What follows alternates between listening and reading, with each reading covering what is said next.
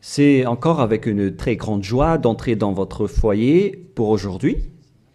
Nous sommes arrivés au moment d'avancer encore sur l'enseignement avec la deuxième partie, la seconde partie.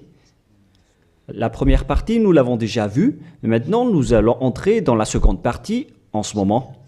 Mais tout d'abord, le titre que nous allons regarder, écouter aujourd'hui, c'est que vous avez vraiment été trompés, car les 10 commandements des Juifs sont déjà détruits. Ce que vous observez, moi je vais vous prouver que vous êtes vraiment trompés. Au début, vous avez eu un faux d'espoir. Maintenant, vous êtes complètement trompés. Vous vous êtes complètement trompés. À vous de réfléchir alors, car tout ça, c'est pour sauver votre esprit. Moi, je ne suis pas venu pour sauver votre chair, qui va déjà redevenir poussière. On n'a pas besoin de sauver cela. Mais ce que Zadia Elia, l'ambassadeur de Yahushua, et du Père Yahyawa veut sauver aujourd'hui, c'est votre esprit. Nous sommes donc arrivés au moment de poursuivre l'enseignement avec le titre, avec le numéro 18 que vous pouvez voir à l'écran. Et donc, nous allons ajuster un peu la cravate, car c'est un peu désajusté selon les techniciens, mais ce n'est pas grave.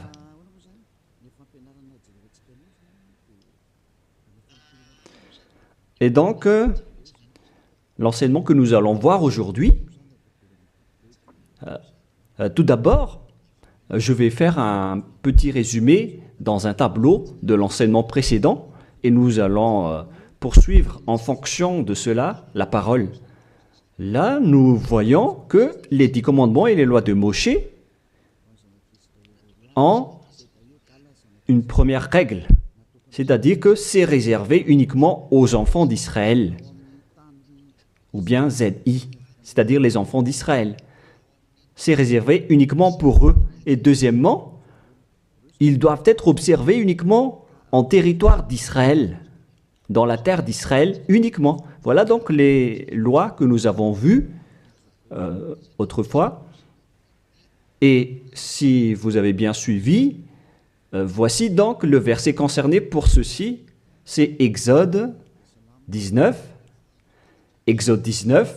3 à 5, ainsi que Psaume 147, 19 et 20.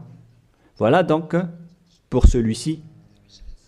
Et concernant la terre d'Israël, c'est dans Deutéronome 6.1 et aussi Deutéronome 12.33, 12.32. Et ici, il y a un grand barrage qu'on va mettre en rouge avec une grande écriture qui est claire, qui dit qu'on ne doit pas rajouter ni retrancher celle-ci, dans Deutéronome 4.2. Voici donc le barrage, c'est-à-dire qu'on ne peut pas toucher. Avec Deutéronome 12.32 pour la version française. Donc ce sont les anglophones et les francophones qui l'adaptent avec le verset concerné. Mais donc, en général, si on résume, on peut dire que c'est interdit pour les autres nations d'observer les 10 commandements, que ce soit, par exemple, les Malgaches, les Français, les Chinois, les Africains. Ils transgressent la parole du Père Yahyawa s'ils observent tout cela, car c'est uniquement réservé pour les Israéliens et ça doit être observé uniquement en territoire d'Israël. Quand on va préciser ici en couleur, donc on doit les observer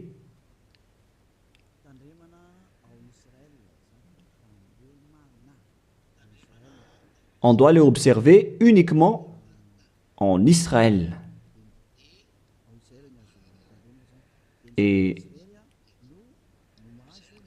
et donc, c'est uniquement en Israël qu'on doit les observer.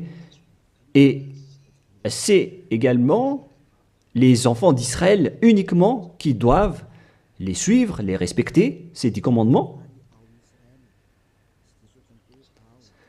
Donc, les 10 commandements sont uniquement réservés aux enfants d'Israël et doivent être observés uniquement en Israël, c'est-à-dire à l'intérieur du territoire d'Israël. Et les 10 commandements sont uniquement réservés aux Israéliens. Voilà donc les versets qui donnent la conclusion de l'enseignement précédent, c'est-à-dire que les autres nations qui observent tout cela deviennent automatiquement des pécheurs. C'est quoi alors le danger suivant pour tous ceux qui observent ces lois?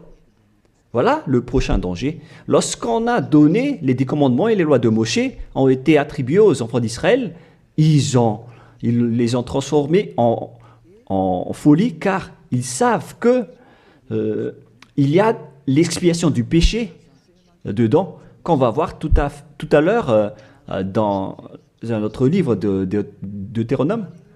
Parce que il y a donc l'expiation du péché une fois chaque année à travers cela. Et ils les ont profité. Alors, ils en profitent de ce moment pour faire du mal. Et après, ils se rapprochent de ce moment pour l'expiation une fois chaque année. C'est-à-dire que les enfants d'Israël ont fait du mal et ils attendent l'expiation qui se passe une fois chaque année pour faire le sacerdoce avec les sacrifices de béliers, de boucs et de taureaux pour l'expiation de leurs péchés. Et le Père Yahva les pardonne vraiment, hein. Il les libère vraiment une fois chaque année. Et c'est ça qu'ils ont profité pour faire du mal. Et après, ils courent pour offrir les sacrifices pour être ôtés de leurs péchés. Ils ont vraiment profité de la situation. Ce ne sont que des profiteurs. Ils ont tellement profité de cette expiation de leur péché. Le Père Yahva les ont déjà avertis à chaque fois que ça ne me convient pas ce que vous faites. Hein. Vous allez avoir le pire si vous transgressez ma parole. Ce n'est pas que je vais toujours vous pardonner vos péchés. Si vous me trahissez, alors ça va être un danger pour vous. Nous allons donc voir la parole qui dit que l'expiation existe bel et bien selon Lévitique 16.1. Donc, à partir du chapitre 16, nous allons lire ensemble. À partir du verset 3. Lévitique 16.3. Voici de quelle manière Aaron entrera dans le sanctuaire. Il prendra un jeune taureau pour le sacrifice d'expiation et un bélier pour l'holocauste. Voilà donc ce que je vous ai dit à propos du sacerdoce. Ils offrent donc des sacrifices d'expiation et un bélier pour l'holocauste et un taureau pour le sacrifice. Et nous allons encore continuer car il y a encore une suite. Voilà donc le bélier, verset 5. Lévitique 16.5. Il recevra de l'assemblée des enfants d'Israël 2 boucs pour le sacrifice d'expiation et un bélier pour l'holocauste. Donc le sujet du bélier revient encore en tant qu'holocauste. Aaron offrira son taureau expiatoire et il fera l'expiation pour lui et pour sa maison. Il prendra les 2 boucs et il les placera devant Yahva à l'entrée de la tente d'assignation. Voilà donc les sujets d'expiation des péchés des enfants d'Israël que font les grands sacrificateurs. Aaron jettera le sort sur les 2 boucs, un sort pour Yahva et un sort pour Azazel. Et il y a encore une grande suite de protocoles que nous n'allons pas lire.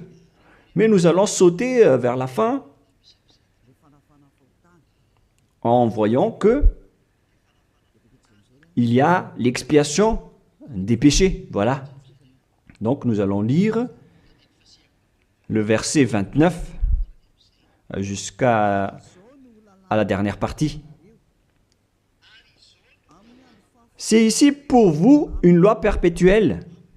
Au 7e mois, le 10e jour du mois, vous humilierez vos âmes.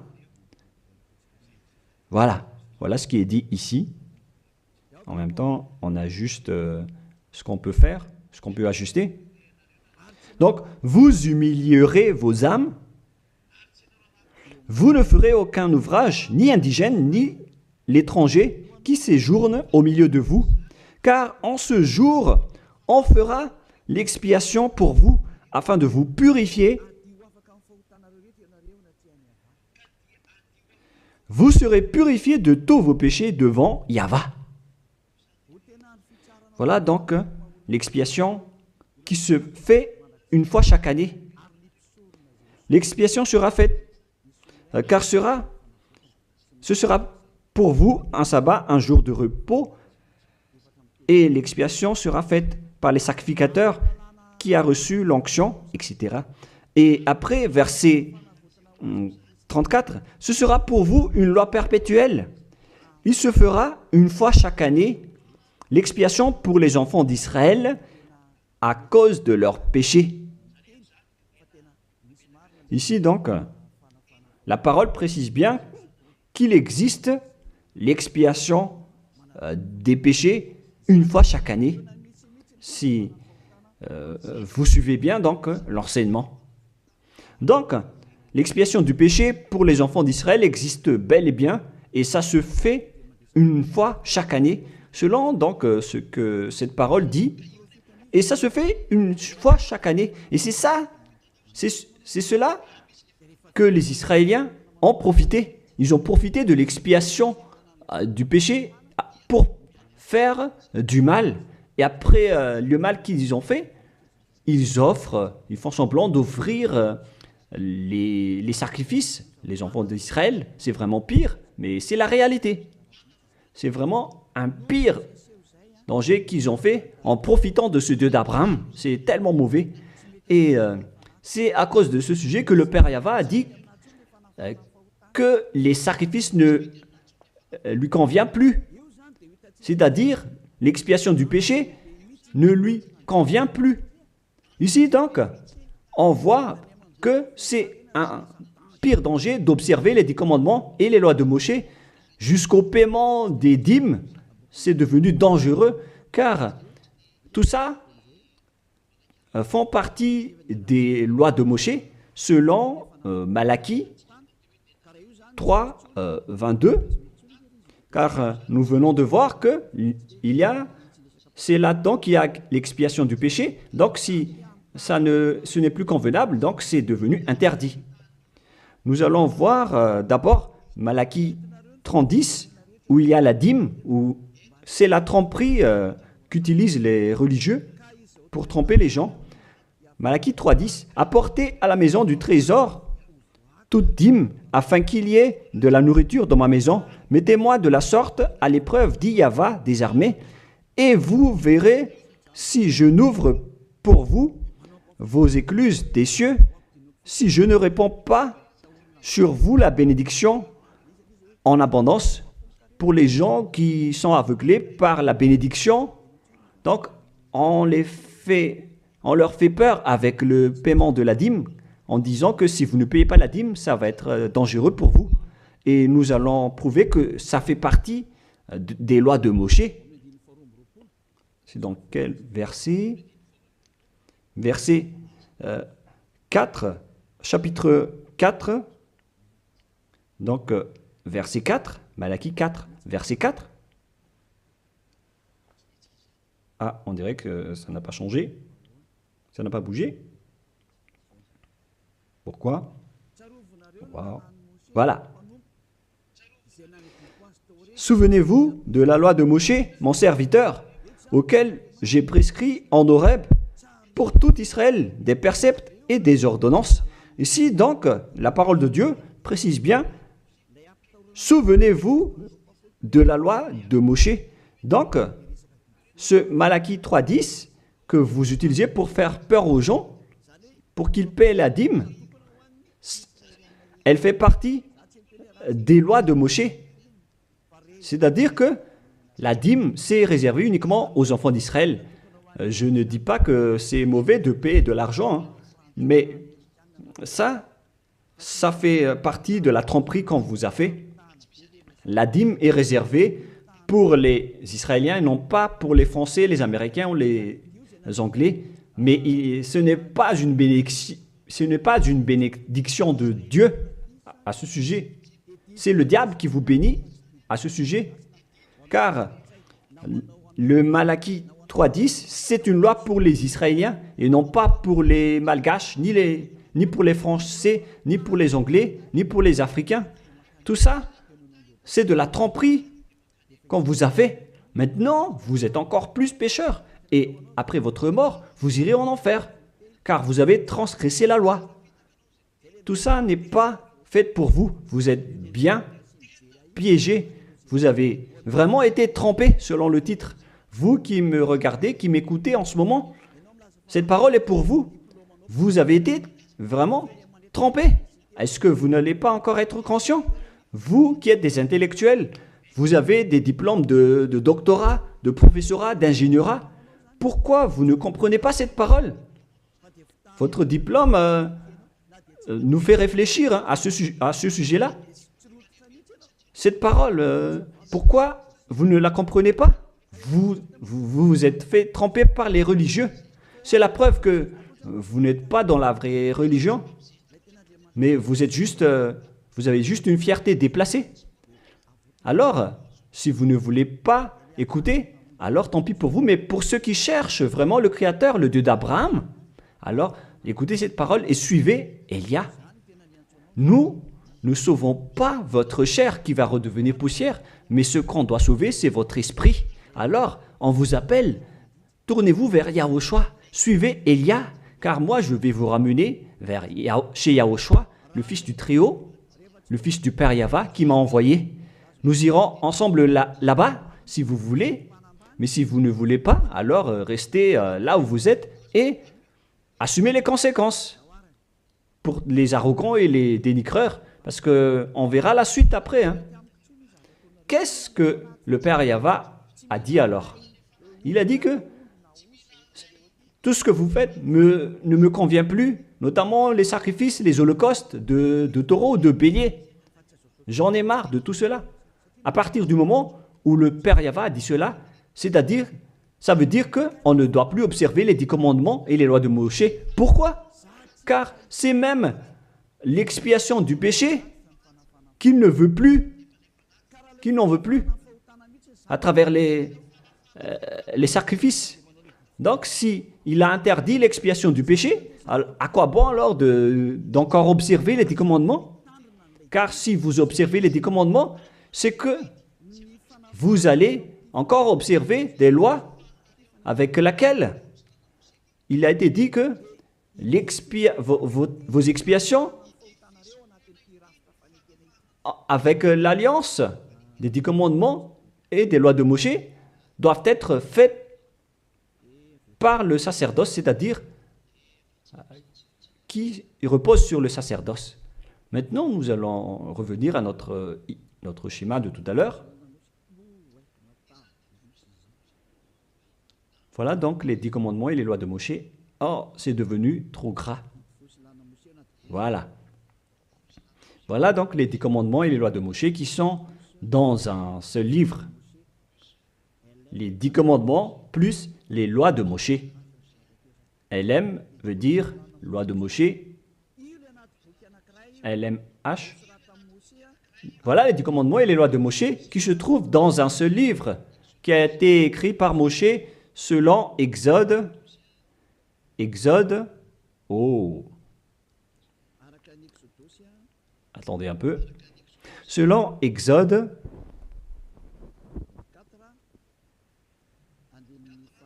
24, versets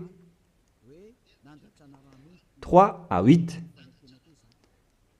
qui prouvent que cette alliance a été versée par le sang de taureau. Voilà donc le livre de l'Alliance, BF. C'est un seul livre qui contient à la fois les 10 commandements et les lois de Moïse. Tout est contenu dans ce livre, le livre de l'Alliance, BF.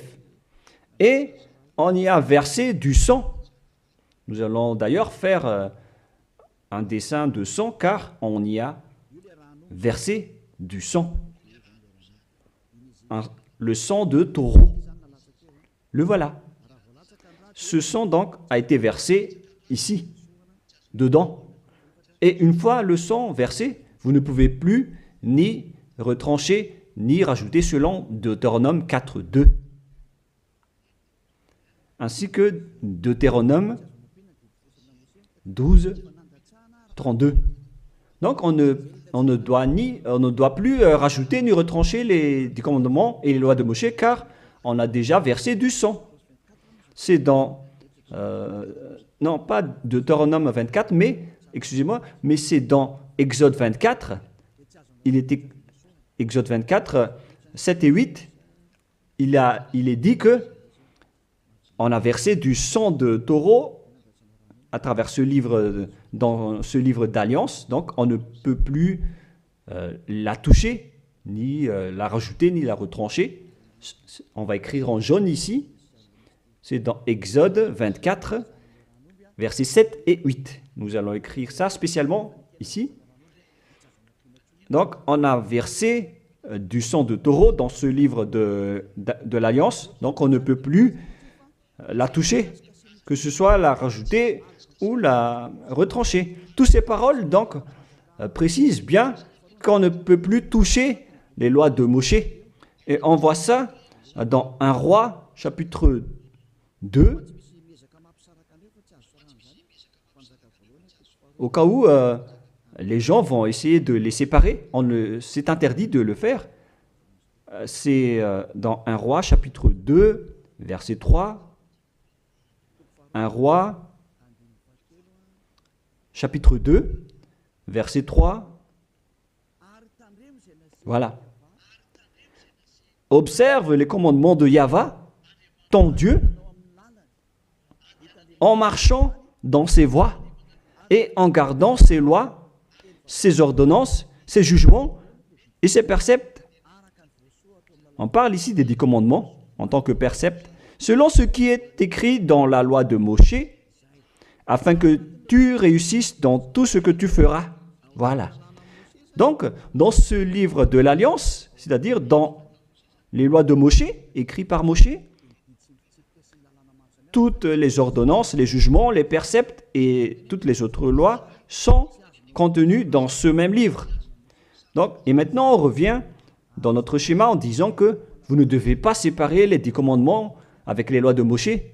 Au cas où vous allez dire que les lois et les ordonnances sont différentes, ils sont unis dans un seul livre. C'est-à-dire que vous ne devez ni retrancher ni rajouter.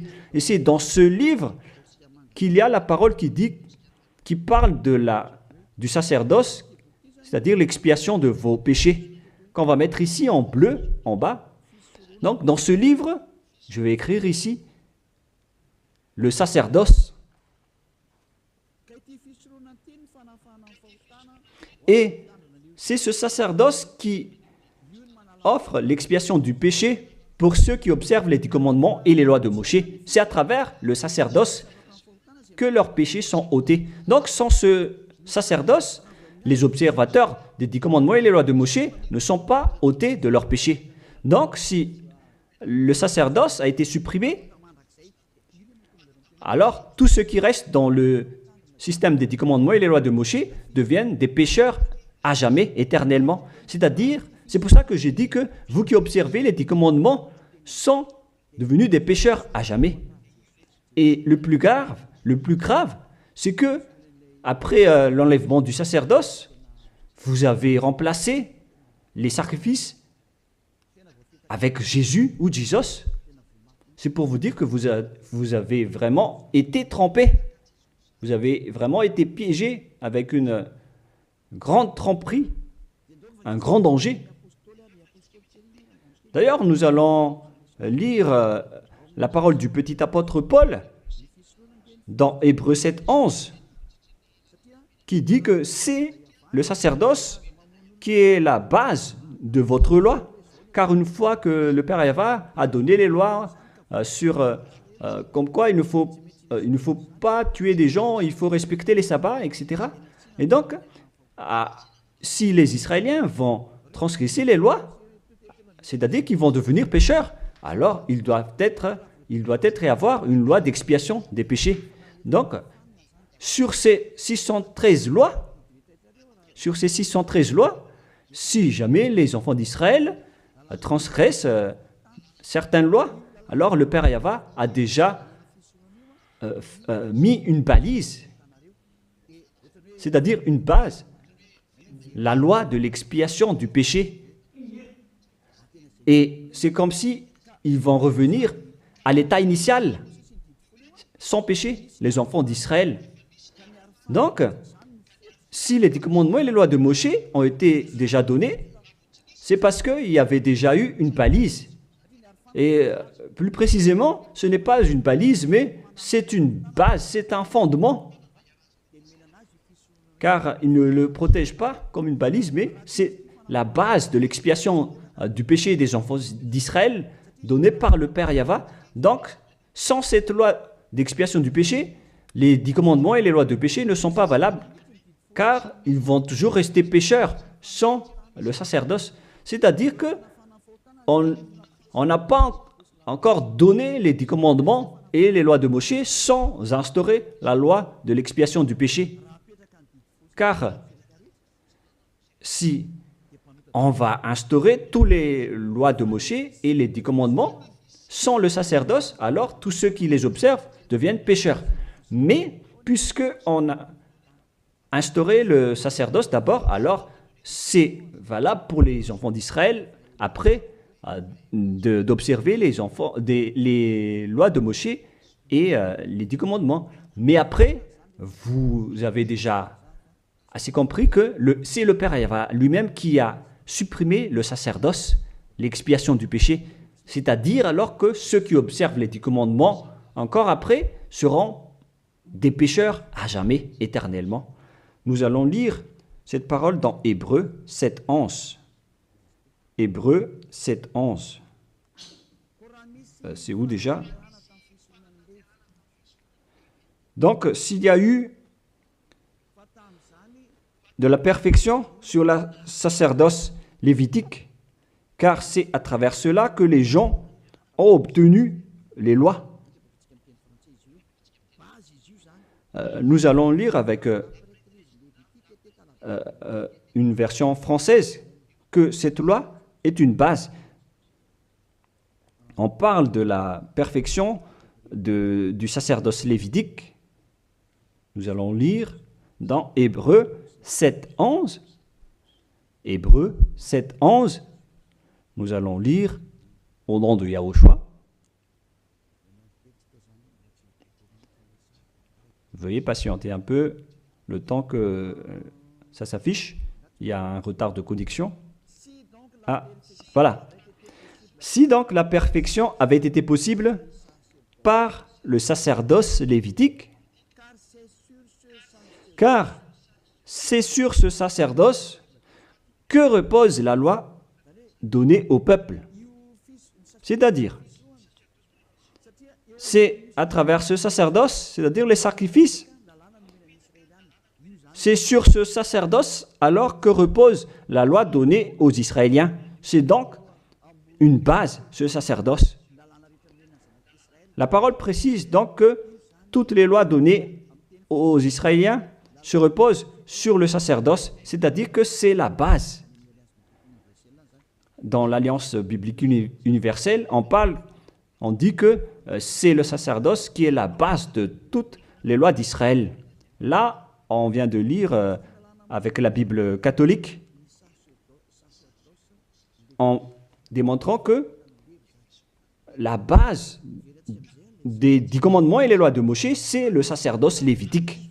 On revient alors maintenant avec notre schéma. Donc, si on a enlevé alors ce sacerdoce, est-ce que les 10 commandements et les lois de Moshe peuvent être encore valides et valables?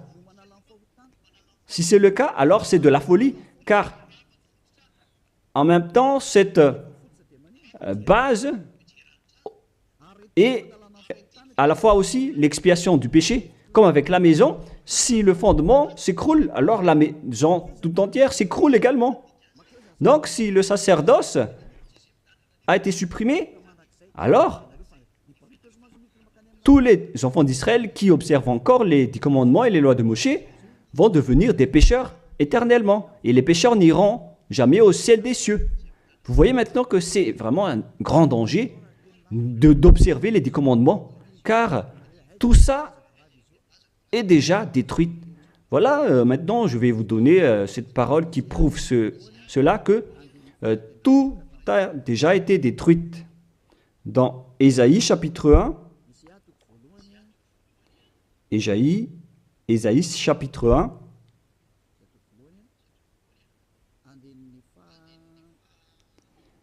verset, veuillez m'excuser, verset 11 à 13.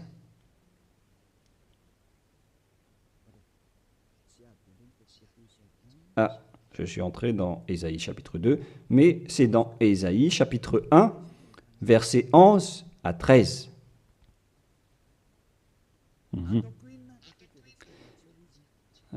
Non, nous allons bien préciser, c'est un peu plus bas. Voilà.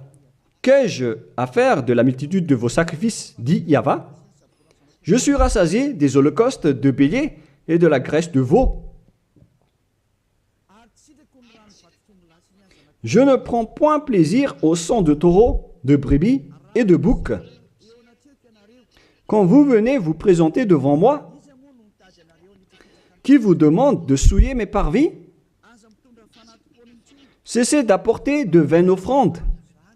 J'ai en horreur l'encens. Voilà. Il a dit qu'il en a marre de ce que vous faites.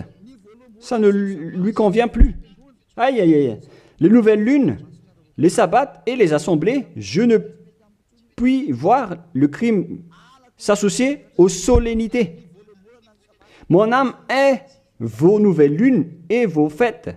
J'en ai plus besoin, selon le Père Yahva. Jusqu'au sacrifice, il n'en a plus besoin. C'est-à-dire que la religion est détruite. En ce qui concerne les 10 commandements et les lois de Moshe, il n'accepte plus le sacerdoce, c'est-à-dire l'expiation du péché. Les nouvelles lunes et les sabbats ne lui conviennent plus. C'est vraiment devenu insupportable pour lui, car vos crimes, c'est devenu un crime pour le Père Yahva. C'est la preuve, alors, pour vous, que le Père Yahva ne veut plus le sacerdoce. Alors, tous ceux qui observent encore les 10 commandements et le sacerdoce provoquent la colère de ce Dieu d'Abraham. Car si vous observez les 10 commandements, vous devez pratiquer le sacerdoce, car on ne doit pas les séparer. Si vous observez les 10 commandements et les lois de Moshe, on vous oblige de pratiquer le sacerdoce pour l'expiation de vos péchés, alors que le sacerdoce est devenu interdit, car une fois que vous pratiquez le sacerdoce pour l'expiation du péché, le Père Yahva a déjà dit que je ne les aime plus. Alors que si vous le faites encore, vous transgressez. Si vous ne le faites pas, vous allez transgresser la loi, car il ne faut ni retrancher ni rajouter. Alors vous êtes obligé de le faire. Mais si vous allez le faire, le Père Yahva l'a déjà précisé que ça ne lui convient plus. Je vous ai déjà donné cette parole tout à l'heure. Et si vous ne la pratiquez pas, vous n'êtes pas non plus ôté de vos péchés. Alors qu'est-ce que vous allez faire? C'est toute une histoire. Hein. Le schéma est vraiment dangereux à ce sujet. Et donc, face à tout ce que nous venons de dire, donc, Si vous allez encore pratiquer le sacerdoce, le Père Yahva a déjà dit qu'il déteste cela. Et si vous ne pratiquez pas le sacerdoce, c'est-à-dire alors que vous allez rester pécheur éternellement, vous n'allez pas être ôté de vos péchés. Et si vous ne le faites pas, alors que le Père Yahva dit que si vous le faites encore, vous allez transgresser la loi et vous allez être détesté par le Père Yahva. Et d'ailleurs, tout ça, c'est dans un seul livre qu'on ne doit ni retrancher ni rajouter. Donc, si vous ne le faites pas, vous êtes coupable devant le Père Yahva. Vous voyez bien que tout ça, ce n'est plus possible à faire. Nous allons encore voir la parole suivante avant Psaume. Donc, nous allons voir dans Jérémie 6.20. Jérémie 6.20. Toutes mes excuses. Jérémie 6, verset 20. Qu'ai-je besoin de l'encens qui vient de Sheba, du rousseau aromatique d'un pays lointain? Vos holocaustes ne me plaisent point, et vos sacrifices ne me sont point agréables. Ça ne lui convient plus. Il ne les aime plus. Donc, si vous faites encore le sacerdoce, qui est la base, si le fondement s'écroule, alors ça veut dire que les 10 commandements et les lois de Moshe sont détruites. C'est pourquoi je vous ai dit que tout ça, c'est déjà détruit par le Père Yahva, le Dieu d'Abraham lui-même. Mais c'est le faux Dieu que vous adorez qui dit que ce n'est pas détruit. Parce que lui, c'est le diable.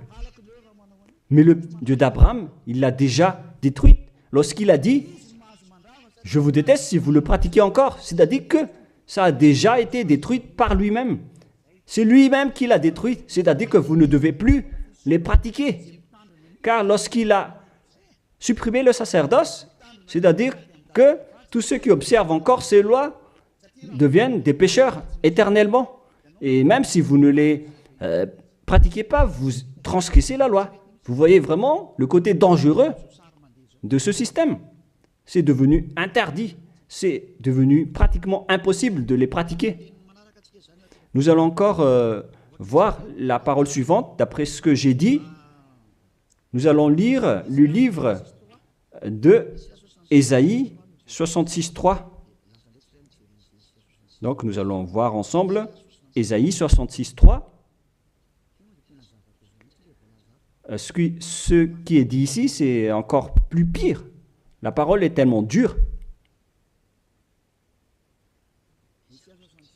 Ésaïe 66.3. Celui qui immole un bœuf est comme celui qui tuerait un homme. Celui qui sacrifie un agneau, je répète, celui qui immole un bœuf est comme celui qui tuerait un homme. On parle ici des sacrifices de taureau, de bœuf. Celui qui sacrifie un agneau est comme celui qui romprait la nuque à un chien. Donc, si vous allez offrir un agneau comme offrande, comme dans le Lévitique 16, c'est comme si vous rompez la nuque à un chien. Celui qui présente une offrande est comme celui qui répandrait du sang de porc.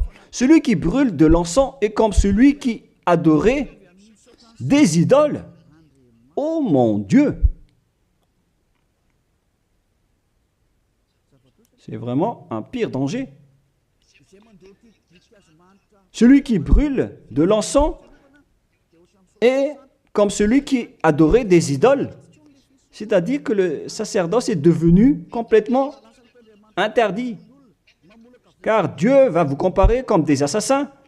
C'est comme si vous rompez la nuque à un chien, c'est comme si vous apportez du sang de porc comme offrande. Le porc qui était vraiment un tabou pour les Israéliens.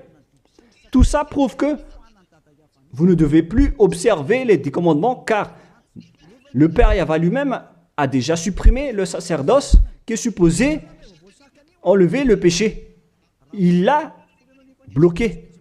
Alors que si vous observez les 10 commandements, vous devez aussi pratiquez le sacerdoce. Si vous ne pratiquez pas le sacerdoce, vous allez entrer en guerre avec le Père Yahva car vous transgressez sa loi. C'est-à-dire que si vous observez les 10 commandements, vous êtes obligé de pratiquer le sacerdoce. Et si vous pratiquez le sacerdoce, alors, à ce moment-là, c'est le sacerdoce qui est l'expiation de vos péchés. C'est à travers le sacerdoce qu'on peut ôter vos péchés. Donc, si vous observez les 10 commandements, vous êtes obligé de le pratiquer car c'est collé avec les 10 commandements. Alors que le Père Yahva lui-même a interdit de pratiquer le sacerdoce. Alors, si vous observez encore les 10 commandements sans pratiquer le sacerdoce, alors vous transgressez la loi. Et si vous allez encore pratiquer le sacerdoce, le Père Yahva a déjà précisé que ça ne lui convient plus. Alors que si vous ne le faites pas, vous transgressez la loi. C'est vraiment donc un grand danger pour ceux qui observent les 10 commandements. Car s'ils vont pratiquer le sacerdoce, ils vont entrer en guerre avec le Père Yahva. S'ils ne vont pas le pratiquer, alors ils vont être des transgresseurs de la loi. C'est vraiment un grand danger pour eux. Mais les chefs religieux, qui sont des sorcières, qu'est-ce qu'ils ont fait après avoir vu tout ce schéma? Voilà ce que les religieux ont fait. Ils ont accepté d'enlever le sacerdoce, mais ils l'ont remplacé par Jésus en observant toujours les 10 commandements. Ils ont fait intégrer Jésus ou Jesus là-dedans. C'est vraiment... Alors que la parole dit qu'il ne faut pas rajouter ni retrancher la parole, mais les religieux ont osé vous ensorceler. Depuis 2000 ans, ils vous jettent en enfer. Pourquoi ils ont fait cela? Alors que la parole dit qu'on ne doit pas retrancher ni rajouter les paroles dans Deutéronome 4.2, dans Deutéronome 12.3, il ne faut 12.32, il ne faut ni rajouter ni retrancher les paroles. Observez-les car ce sont les commandements de Yahva, votre Dieu, mais ils s'en moquent de ces paroles. Leur but, c'est de soutirer de l'argent. Moi, je ne dis pas que c'est mal de payer de l'argent, hein, parce que c'est bien de faire ça pour montrer votre amour envers votre Dieu, mais le sujet de la dîme ici, c'est de la tromperie, car on ne doit plus les pratiquer. C'est de la tromperie pour vous faire transgresser la loi. Ça ne marche plus. Et ici, on précise que, si vous transgressez la loi, vous allez être jeté en enfer. Voilà ce qui compte pour Élia. Il n'y a plus de long discours. Si vous voulez être sauvé, alors suivez Élia maintenant. Alors, lorsque les religieux ont vu qu'on ne doit plus entrer dans le sacerdoce, c'est devenu dangereux. Et ce qu'ils ont fait, c'est qu'ils ont intégré Jésus à la place du sacerdoce. Alors que la parole dit que lorsqu'une alliance est bien faite, en bonne forme, on ne doit plus y toucher. Nous allons lire cette parole. En plus de la parole, dans les 10 commandements et les lois de Moïse, qu'il ne faut pas rajouter ni retrancher les paroles. Et dans le Nouveau Testament aussi, dans la parole des apôtres, il est dit que lorsqu'une alliance est bien faite, avec une bonne forme, on ne peut plus y toucher. C'est-à-dire, on ne peut plus intégrer le faux Dieu ou le sang d'un humain à la place de ceux des animaux. Cela prouve que c'est vraiment le diable qui vous a ensorcelé, vous les humains. Levez-vous. Pour ceux qui osent dire que ce n'est pas de la transgression de la loi. C'est dans Deutéronome 12, 32. Il est précisé qu'on ne doit pas rajouter ni retrancher cette parole. Et dans le Nouveau Testament des apôtres de Yahushua, il est dit qu'une alliance qui est en bonne forme ne doit plus être touchée. C'est-à-dire, on ne doit plus les rajouter ni les retrancher selon Galates 3.15. Nous allons lire cette parole. Alors, comment osez-vous intégrer le faux Fils de Dieu dans le sacerdoce, dans les 10 commandements, alors que déjà, lui, c'est un imposteur. Vous êtes fou. Si vous avez accepté d'être trompé par celui-là, vous n'êtes pas du tout conscient. Il faut réfléchir. Il faut être conscient. Ne vous laissez plus être trompé par les autres. C'est dans Galates 3,15 maintenant. Vous pouvez afficher. Frères, je parle à la manière des hommes. Une disposition en bonne forme, bien que faite par un homme, n'est annulée par personne et personne n'y ajoute. On ne peut pas annuler ou ajouter quelque chose dans une alliance, dans un accord qui est en bonne forme, comme les contrats qu'on fait à la commune. Si vous touchez au terme du contrat, vous devenez un voleur et un traître. Alors pourquoi vous osez toucher à l'alliance de Dieu qui est réservée aux Israéliens? Pourquoi les autres nations osent toucher les choses qui ne vous appartiennent pas? Mais c'est ça la folie que vous avez fait avec le Jésus que vous suivez. Alors que dans le livre de Dieu, à l'époque des Israéliens, on a versé le sang de taureau. Nous allons lire cette parole selon Exode 24. On a vraiment versé du sang de taureau. Et pourquoi osez-vous toucher à cette parole qu'on a versée du sang? Exode 24, verset 6, 7 et 8. Moshe prit la moitié du sang qu'il mit dans des bassins. Il répandit l'autre moitié sur l'autel. Il prit le livre de l'Alliance et le lut en présence du peuple. Ils dirent, nous ferons tout ce que Yahvé a dit et nous obéirons. Moshe prit le sang et il le répandit sur le peuple en disant, voici le sang de l'Alliance que Yahvé a faite avec vous selon toutes ses paroles.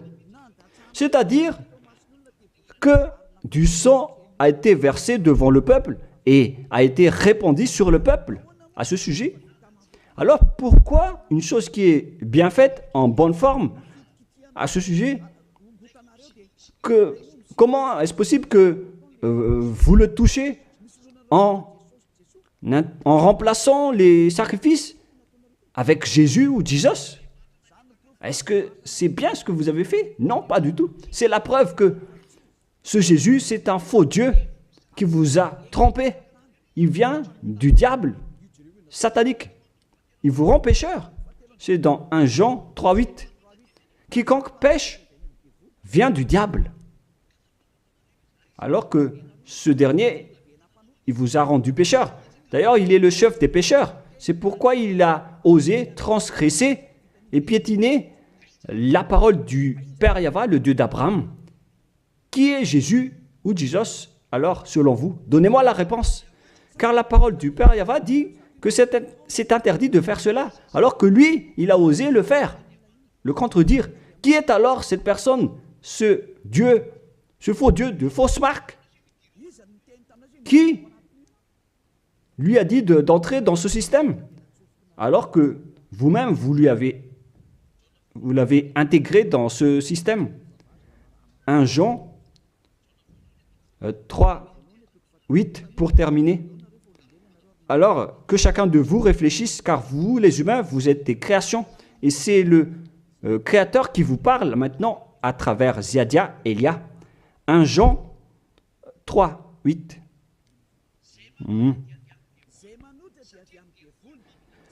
Celui qui pêche est du diable, car le diable pêche dès le commencement. Voilà. Et Jésus ou Jesus, il a commis un péché ou pas? Il a bien commis un péché, ce sale Jésus ou Jesus, car c'est lui qui a pris la place des animaux, des béliers, des taureaux, des boucs. Donc il est devenu Jésus taureau, Jésus bouc et Jésus bélier. Il a pris leur place. En même temps, il a transgressé la loi, il a fait faire du n'importe quoi aux gens et il contredit le Père Yahvé, le Dieu d'Abraham. Vous, ceux qui suivent ce Jésus, vous ne suivez pas du tout le Dieu d'Abraham, vous le contredisez, vous le contrez, c'est ça la vérité. Alors réfléchissez. Alors, c'est normal que vous allez être frappé par le danger. Vous êtes fous si vous allez encore suivre ce Jésus qui vient du diable. Il vient du diable car c'est un impie. C'est l'impie qui va être éliminé par le souffle de la bouche de Yahushua. Dans 2 Thessaloniens, chapitre 2, versets 8 et 9. Et alors paraîtra l'impie que Yahushua, Seigneur, détruira par le souffle de sa bouche et qu'il anéantira par l'éclat de son avènement. L'apparition de cet impie se fera par la puissance de Satan, avec toutes sortes de miracles, de signes et de prodiges mensongers. C'est ce que Jésus et Jesus fait en ce moment.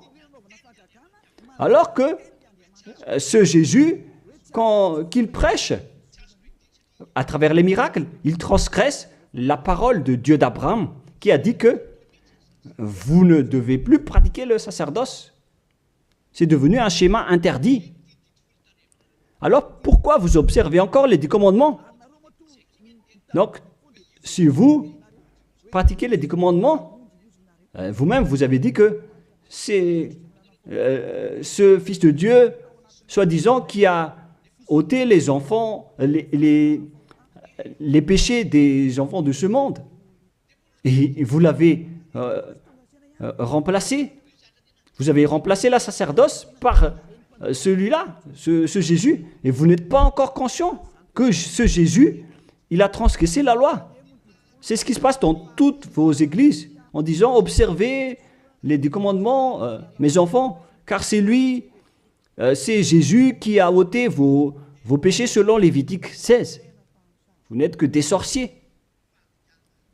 C'est vraiment une pire transgression de loi.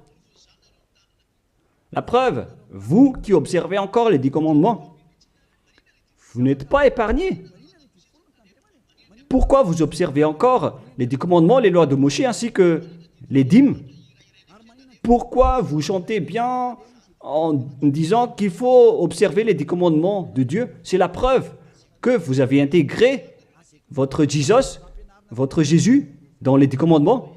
C'est ce qu'on enseigne dans vos églises. Vous connaissez tout cela.